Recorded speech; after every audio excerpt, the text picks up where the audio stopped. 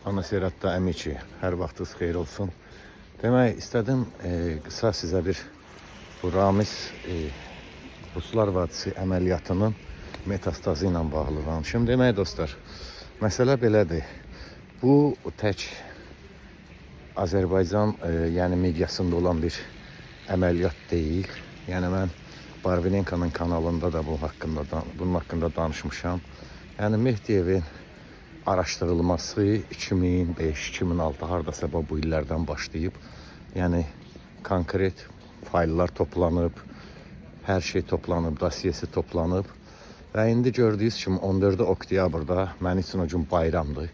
Çünki rəhmətli dədəmin də, mənim də həyatımı alt üst eləyib məhv eləyən bir şərəfsizdir və ona qarşı mən Allahın izni ilə məhkəmə iddiası hazırlayıram. Bizə vurduğu maddi mənəvi ziyanı qəpiyinə kimi özündən, ailəsindən, bütün sülaləsindən onu tələb edib alacam onu. Onlar heç ara qasa bilməzlər. Nəysə sözüm onda deyil. Yəni bu adamın haqqında dosye toplanıb 2005-ci, 2006-cı ildən bu günə kimi. Və bu tək Azərbaycanın daxilində Rusiyanın 5-ci kolonuna qarşı aparılan bir əməliyyat deyil. Bu Rusiya agentura şəbəkəsinin ifşası ilə bağlıdır. Və bunun metastazı verəcək Avropaya, Amerikaya, Kanadaya, bir çox ölkələrə.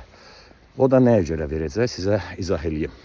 Demək, Mehdiyev şəbəkəsi demək, bir çox xaricdə yaşayan psevdo mühacirləri maliyyələşdirirdi. İndi görürsünüz ki, yəni bir çoxları artıq dilənməyə başlayıblar. Nəyə görə? Çünki yem kəsildi.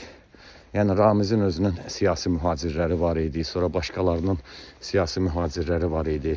Demək, bizim hökumət, Azərbaycan hökuməti nə edib? Demək, bütün bunlara nə qədər pul verən adamlar var, pul göndərən adamlar var. Hamısını toplayıb sənədləşdiriblər. Bu da nə deməkdir dostlar? Mən sizə izah edeyim. Məsələn, görürsünüz ki, gündə birinə qarşı cinayət işi qaldırılır. Yəni bu elə-belə qaldırılmır.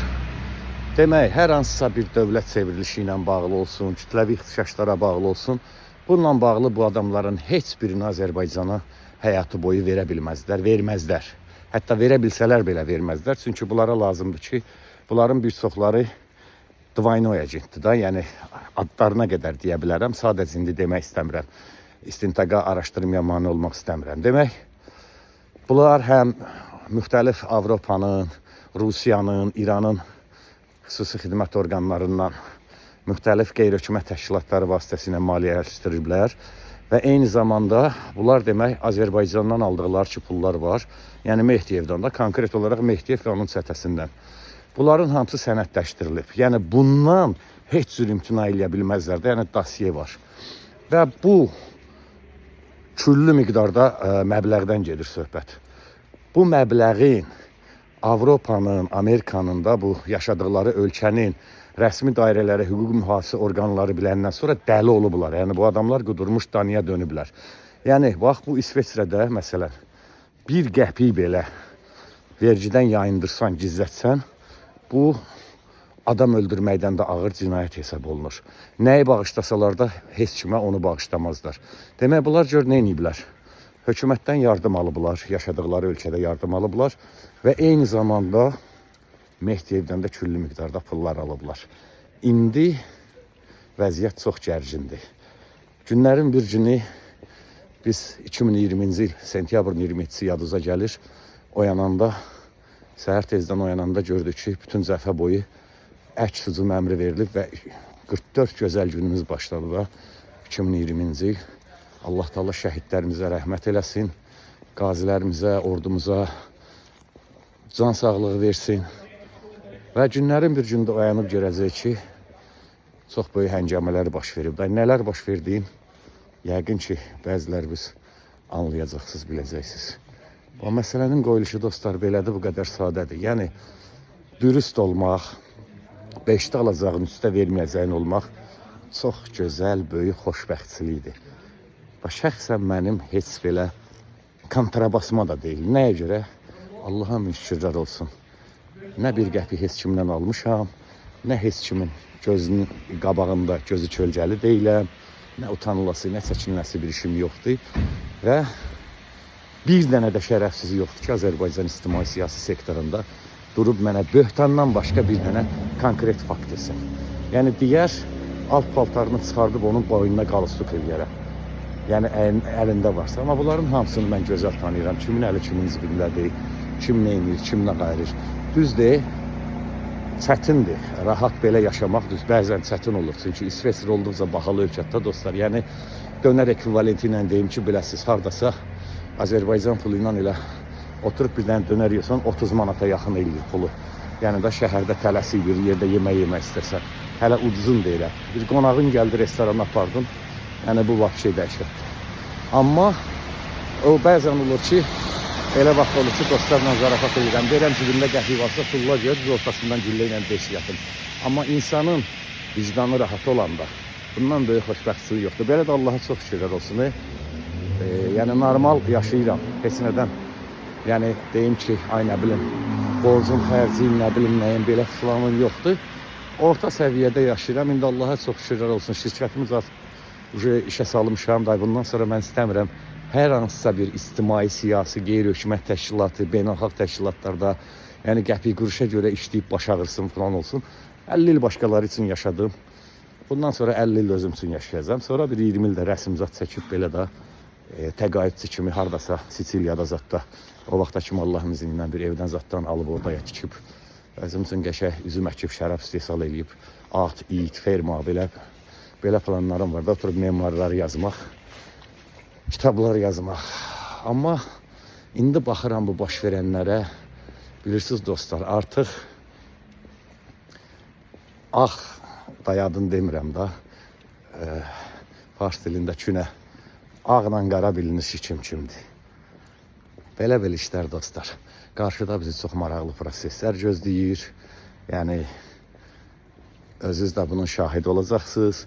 Və bir şey bilin ki, mən həmişə nəyi diaqnoz qoymuşamsa, nəyi qabaqcadan demişəm ki, həmişə olub. Bax, 5 il, 6 il bundan əvvəl bu söyüş-söyənlər haqqında deyirdim ki, onların taleyi eynən o Kurtlar Vadisində Muro, Çəto, Yıldırım, onların taleyi kimi olacaq. Gördünüz ki, birini öldürdülər və qalanını da yəni elə bir şey gözləyir ki, yəni onların nə Allah yanında, nə bəndə yanında, nə qərbin yanında, nə olduqları ölkədə, nə bilim, yəni adam bilirsiniz, hər şeyin bir həddi var da, mübarizədə aparmaq olar, müxalifətdə də olmaq olar, hökumətə qarşı getmək də olar.